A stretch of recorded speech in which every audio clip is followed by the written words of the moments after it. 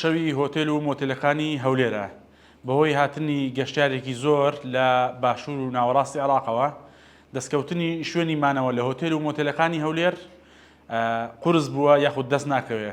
ئێمە قسەمان لەگەڵ جێگیری سەرۆکی کۆمەڵی میوانخانە و چێشتخانەکانی هەرێمی کوردستان کرد. ئەو باسی لەوە کرد لێشاوێکی زۆری گەشتیاران ڕویان لە هەولێر کردووە بە شێوازێک کە ژمارەیەک لە گەشتیاران پەیوەندیان پێوە کردوون کە شوێنی مانەوەیان دەست ناکەوێت. ئەو باسی لەوە کرد کە لە بەدوارەچوونەکانیان دەرکەوتووە کە سەرووی لە سەدانەوەتی هۆتێل و مۆتێلەکان پڕ بوون، بەتایبەت ئەو هۆتێلانی کە لەگەڵ گروپاتی گەشتیاری تەنسیقیان هەیە هیچ شوێنی مانەوەیان نەماوە. ئەو هۆتێلانشی کە تاک پێشوازی لە میوانان دەکەن لەوێش بە هەمان شێواز دەستکەوتنی شوێن قورس بووە.